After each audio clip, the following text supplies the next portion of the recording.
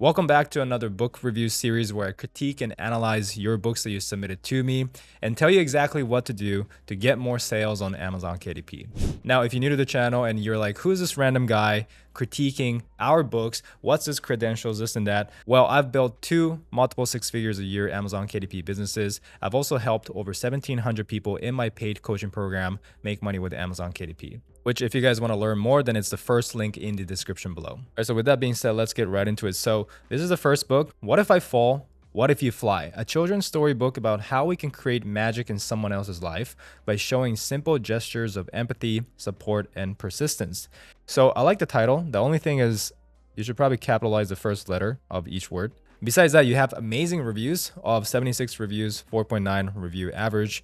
One thing that stands out to me is the book cover. The book cover is very, very empty. Like there's a lot of empty spaces here that you could probably fill it up with different text, illustrations, and whatnot. So if you scroll down here, right, these are other books on the topic, and you can see that it fills up the cover a lot better, right? The main character, the background designs, the text, this is kind of the typical children's book style that you want to go with. This person right here, Alicia Ortego, super successful children's book author, right? And this is her design. So you have the main characters, and the image takes up about half of the book cover, and the other half is the title. I always say that the title has to be big and clear. Literally half of the book cover can be your just title text, and that's fine. You can see that it's working here. This is her other book, same thing. Half the cover is title text, and then you have the image of the character, right? So going back to this, what I would do is I'll probably move the burrs lower. So like have the burrs here in the bottom third of the cover, and I will make the title text way bigger and also horizontally. I'm not gonna do this like, twisty thing with the title text because it's hard to read, right? Instead, you would just use the first 50% of the book cover space, which is what if I fall, what if you fly, right? Just big, clear text, super easy to read. I think doing that will improve the cover a lot more. Although I'm not a designer, I've worked with a lot of books, right? Personally for myself, also for our students. Typically, this is the structure that you want to take. Now, it's a little tricky because usually I recommend you to just work with a book cover designer on Fiverr or somewhere else, but you wrote this and illustrated yourself, so you would just have to kind of do this yourself and update the book cover. So once you do that, I think the next thing is just marketing, because you have amazing reviews, right? So once the book cover looks better, your title is pretty good, right? And your reviews are amazing, so it is time to just tell more people about this book. Now, you can run Amazon ads. You do have to pay for it, but it's one of the fastest ways to get more sales. But if you want to do this for free, I do think since you are publishing it under your name, this is your story and also your illustration, the best way is just to share it on TikTok. So this is someone not in the same genre as your book, but this is a example of what you can do to promote your books. Literally just order a copy of your book and just film it and talk about it, and make a bunch of videos. Each video, as you can see, only really get 100, 200 views, right? Very, very, very little. And yet, once in a while, for some reason, it just pops here and there. So this book, 126,000 views. All of a sudden, right? So it's like 100 views, 126,000. And then now we have 30,000 views here. And sometimes it just goes viral. Like this one, 10 million views. And imagine how many sales this person got from this, right? This book was the #1 best-selling book in the entire Amazon store during the last Q4. So you can see that this is a free method. It takes some time, but you just show up and talk every single day. So you just have to be consistent. The work you do is not hard. It's just that the consistency, being consistent, is hard, right? Most people cannot stick to things for like more than 3 days. So, if you can be the few that can stick to things for months, then you will be very successful, right? So that is what I recommend. Improve the book cover and start marketing it on social media. Our next book is Skincare Secrets, The Science Behind Flawless Skin, No BS. So this book is bad in many, many ways, right? So first of all, Skincare Secrets, I highly doubt that people are looking for this topic. Also, the title is bad, Skincare Secrets. What will be better is if you have like a how-to title, especially for these nonfiction books. How-to title work really well. So like how to get flawless skin, even if you have acne-prone skin all your life or something. So like how to get desired results, even if you have common objections, right? That's a really good, easy nonfiction title example. You don't want to be fancy like skincare secrets, right? It's again, try not to do that. The subtitle, The Science Behind Flawless Skin, okay, explains the book a little bit more, but you want to expand this, right? Talk more about exactly what the book is about, who it's for, and what you're going to learn. Okay.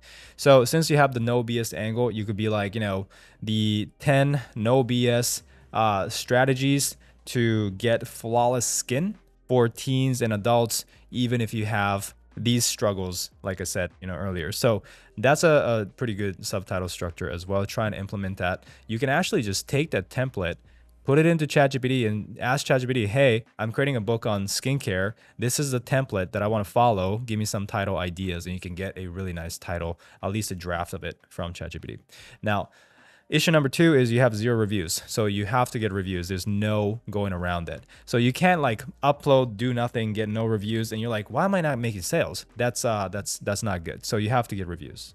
So if you want to learn the best ways to get reviews, you can look up Sean DeWitt reviews on YouTube, or I'll also leave a link to one of the videos that I've made in the description below. Third issue is the book cover, right? So the book cover is like just stock image and then a text slapped onto it, which is like the bare minimum effort that you put into this, and it's just not good enough. Okay, so I looked up how to get clear skin because I do think that's the best keyword for your topic. And you can see that it has 107 results only, which is very, very few. So that's another issue, is that you didn't validate the topic. Like, are people even looking for a book on this topic? And the answer is no. No other book on getting clear skin is selling. So, there's really no point in making a book, right? So no one's interested in, this topic. So even if you create a book on it, you're not going to make any sales because there's no customers, there's no demand. But anyways, so I'm looking at the other books on this topic. They're all not selling, right? But there's this one book that is doing okay. I mean, it's not selling, much still. So don't go into this keyword. But if I have to choose a book cover design, it'll be this. Okay, the Clear Skin Protocol. I also found this one, which looks pretty nice as well and professional. Clean skin from within. So you kind of want to go with this angle. In terms of how you can get a book cover like that, what you can do is hire a professional cover designer. There are a bunch of them. I recommend a couple, in different videos. For this one, I'll probably recommend someone like Olina. So she's on Fiverr, and I'll leave a link in the description if you guys want to check it out. But for $35, she will create a nonfiction book cover for you. And it looks pretty good, right? So you want to work with her, obviously give her suggestions, send her these designs and tell her that you like these so that she can create something similar. Not ripping off the best-selling books, right? But get ideas from it and create something on your own. So the next book is Murder on the Way, a Camino de Santiago mystery. So I think this is a murder mystery book. It's a fiction book, right? And it's not selling much. It has 13 reviews, which is not a lot, but the rating is good, which is a good thing. I think the biggest thing is the book cover. Once again, it's not really the typical style that I see for this genre. So the best way to identify what kind of book cover you should have in terms of design, you would basically look at your best-selling competitors, right? And you want to try and find patterns. Like if all your competitors are creating their book cover design in certain ways, it's probably for a reason. So essentially they did the research for you, and you can learn from it and apply it into your book cover as well. So first we have to identify our competitors, right? So I typed in Murder Mystery Mexico. I'm not sure what your book topic is about, so that's why I'm guessing it's like a murder mystery story in Mexico. So that is why this is what I typed in, but these are the top books ranking on it. So this is Murder Mystery Mexico. Maybe this is not the vibe of your book. If that's the case, that's fine. But you want to go with the book that is selling the most. This maybe fits the vibe, right? It's selling decently as well, or it's not the best, but something. All of these other ones are not the best. Okay, so you probably wouldn't want to copy this. This looks interesting too. So this one, murder mystery, Mexico vibes, right?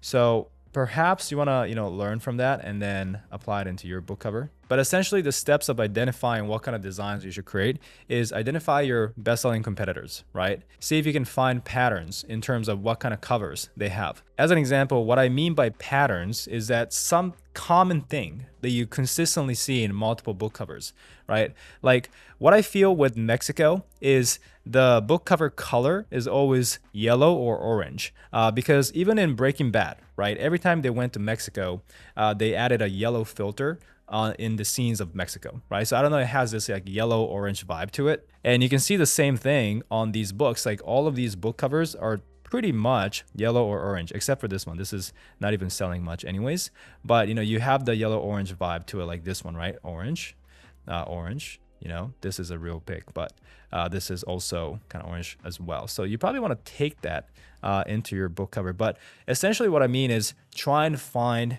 commonalities, patterns like that, extract that, apply it to your book. I'm not saying to just rip off a design, right? You take those elements and create something new for yourself. So if you need a cover designer recommendation, she does fiction as well. So you can test her out. You can see that it's pretty decent. Like this is a fiction book, and this is also a fiction book as well. So it's $10 per cover. If you want to check it out, the link is in the description below. So the next book is Be Attitudes, Be Kind, Practicing Nonviolence, Teaching Moral Principles of Being Kind to All Living Creatures as Taught in Yoga Yamas and Niyamas to Build a Kinder, More Compassionate World. All right, so number one, the subtitle is way too long to where it's cutting off, right? So don't do that. Keep it shorter, keep it more concise. Number two, you can capitalize the first letter of each word. I think it looks better. As you can see, this title looks a lot better than this subtitle because you're not capitalizing it. Also, I don't know what this parentheses is. Also, you don't have to put a period at the end of the subtitle. So, you know, it's just extra space that you use up. The subtitle is also wordy. So you've added way too much words. Be kind, practicing nonviolence. So this is like the first part of the subtitle, and then you also kind of added more, you know, here. You could have combined this and made it a lot shorter. Now, one of the easiest ways is to actually take this, go to ChatGPT and ask, this is my current subtitle. It is too long. Can you make this more concise while keeping the main points I mentioned below and make it more professional? And I just typed in the subtitle. So let's see what we get from here. So we got Be Kind, Embracing Nonviolence and Compassion Through Yogas, Yamas, and Niyamas, right? So that kind of summarizes the subtitle, make it a lot shorter. But what ChatGPT do not know is that this is a book about bees. It's not really about yoga, yamas, and stuff. I guess it's, you know, taking the concept. So what I want to do is tell it that it's actually about bees and then expand the subtitle according to that. So the prompt I asked is, thanks, the book is actually a story about bees' journey through the world while it learns compassion and non-violence through the Yoga Yama and Niyama's teachings. Can you add that aspect in the subtitle? We got it, but it was a little short, so I just said make it a bit longer. And we have a bee's journey through the world, discovering compassion and non-violence through Yoga Yamas and Niyamas. I guess it just copied what I said. The story of a bee's journey to understand compassion and non-violence through the wisdoms of Yogas, Yamas, and Niyamas. So if we take this subtitle, I feel like it'll make it a lot shorter while still explaining what the book is about. So that's number one. Number two is that the illustration simply is not the best, unfortunately. I don't know if you are, okay, so you are illustrating this yourself. I respect that. Yeah, so it's kind of tough to critique, you know, saying, hey, the design is not good because you're making this yourself.